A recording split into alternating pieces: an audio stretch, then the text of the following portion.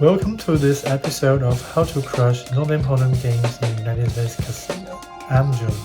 Today we're continuing our hand review sessions on our 1777 bought-in bracelet event. And today's episode is very special because we're also playing against the greatest villain in poker community. His name is Martin Kabrhel. And let's go fishing! Today we're continuing our hand review session for the 777 bought-in bracelet event. And this is my third bullet, and the first hand is bottom player open raise to 800. I got queen 3 of diamonds. To be honest, I'm not very sure about whether I can call this versus bottom open on the small blind, but I'm pretty sure big blind player is not a very good player, so I decided to call and trying to play some pot against him. And big blind player did call as my expected. If I check the GTO wizard for suggestion, 100 big blind deep, small blind versus bottom opens would call to like queen 5 of diamonds. So probably it's a bit too wide. But anyways, flop comes 9, 4, 7, 2 diamonds. So we successfully hit a flush draw.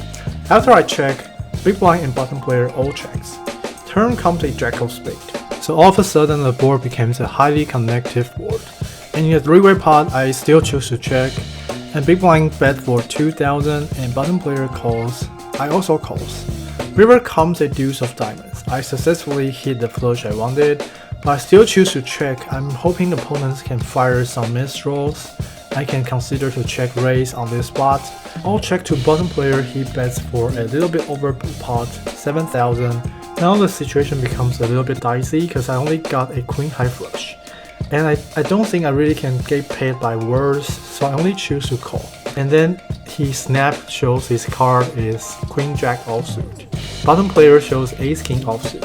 So obviously I think I'm overvalue their hands, but anyway I successfully take it down. Then next hand blinds are up to 300, 600, hijack a regular player open raise to 1200. I got pocket 8s on the big blind, I choose to call. And flop comes ace 8, 8, so I flop a quads. So now I have a luxury of worrying. Only need to think about how to get maximum value. After I check to him, he bets for 800 is 1/4 the pot. So I definitely need to check raise to build up the pot. I raise it to 2200, opponent calls. Turn comes a 5 of diamonds. So we're pretty deep behind. I choose to overbet for 10k. Hoping his flush or ace plus and diamonds can continue to call. An opponent thinks for a while and choose to call. River comes a 4 of diamonds. It's a very interesting card because the board now is one card flush board. And I'm thinking about checking or betting.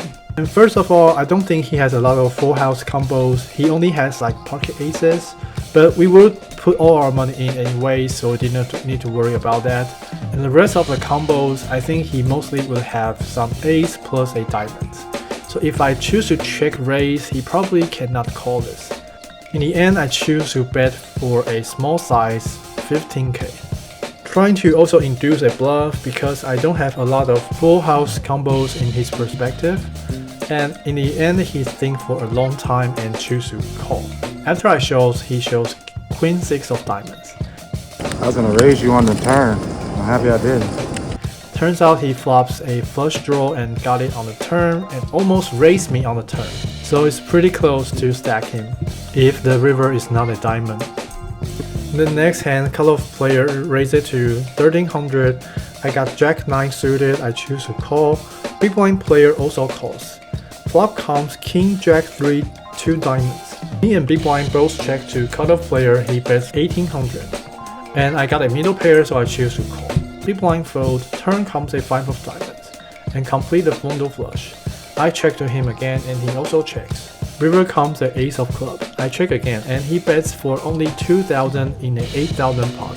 It's obviously a thin value bet. And I think he checked back on the turn and river bets a small size. I don't think he has any flush would play like this. So I decided to turn my middle pair into a bluff and raise all in. Trying to representing the flush. And I think in his point of view, I definitely got some flush with check call and check turn and check jam the river. And after I push all in, he's starting to shuffling his hands and I'm really relieved because most players would fold after this. And then in the end, after he touched his forehead and then folded his hand. And I successfully bluffed him and my chips are now up to 19k. Then the next hand blinds up to 500 and 1000. I got ace jack offsuit and I raised it to 2000. All folds to big blind player. And he's too concentrating on chatting on the table and he did not notice that I already raised. Oh, I raised.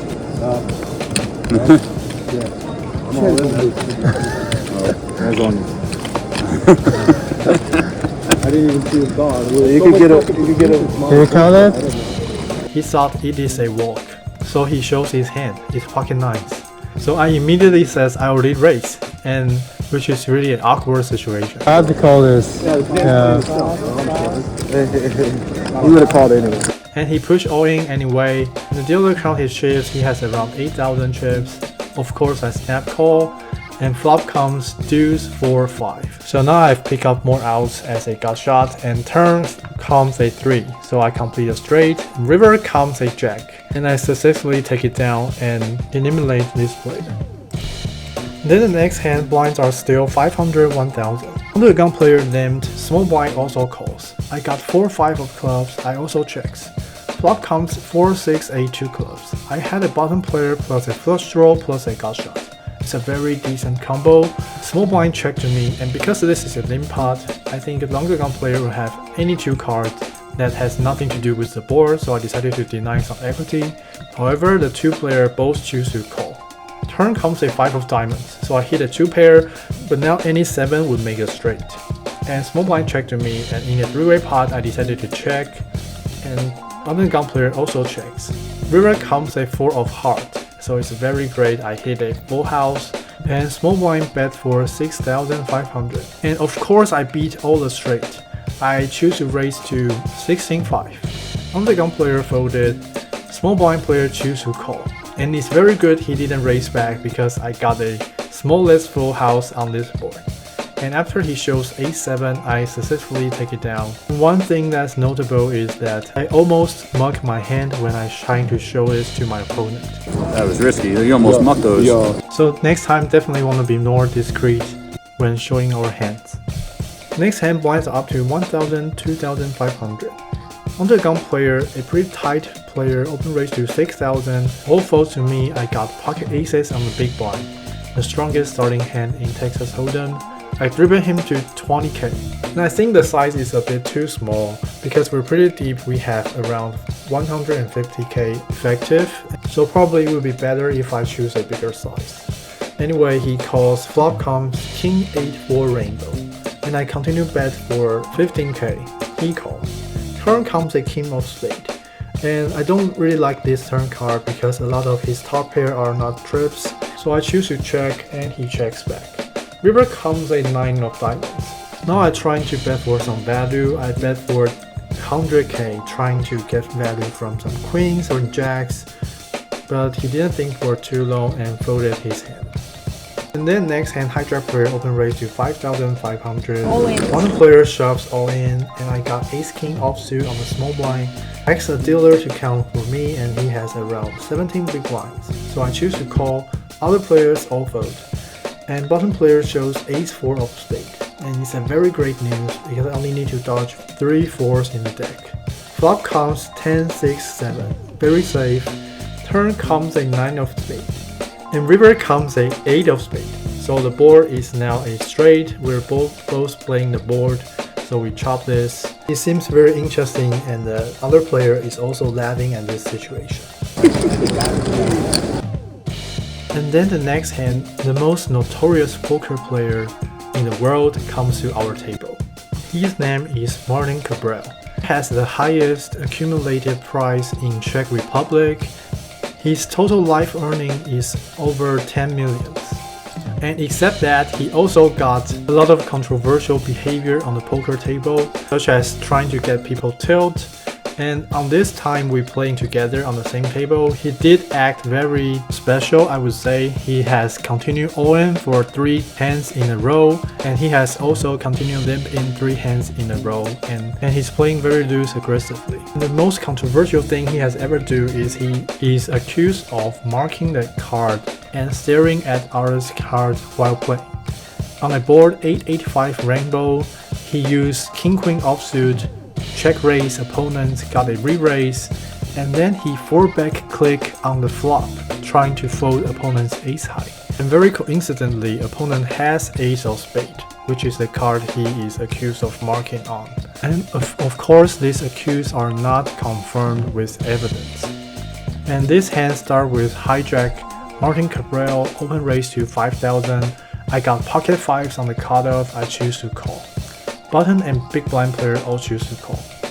Flop comes 4-4 deuce. Hijack player Martin Kabrhel continue bets for 11k. And I had a small overpair, I choose to call. Other player all folds.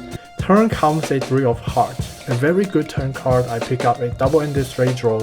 And he sides down and betting for 12k. And he has around 20k left. I decided to push all in. And he didn't think for too long and folded. And very interestingly, the other player trying to peek on my card after I folded. You saw it? Huh? You saw it? I had ace 3. And then the next hand blinds up to 1,500, 3,000. I got pocket queens on the hijack, and I open raise to 6,000. Small blind and big blind all calls. Flop comes 10-9 4 2 spades. On this 10-9 high board, I bet for 10k. And the small blind player raised it to 25k. Big blind folded.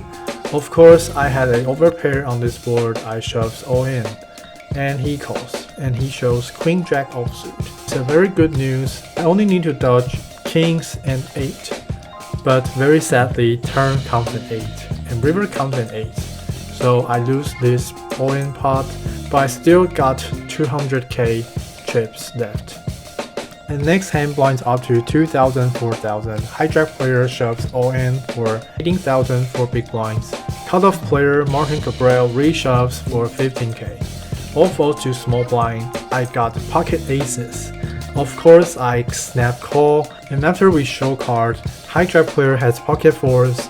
Cutoff player has king jack offsuit.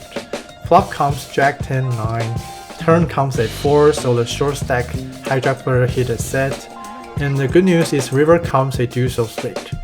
So I knock Martin Kabrhel out, and although I lose the main pot, but I still win around 10k chips. And after these hands, we can confirm that Martin Kabrhel did not mark the ace of spade in this tournament. Because the length of the video, I'm gonna pause it here for this week. And if you would like to know how deep I run in this 700 buy-in tournament, please don't forget to watch it next week. And that's it. Thanks for watching. I'll see you guys next week. That is your chance to be ruthless.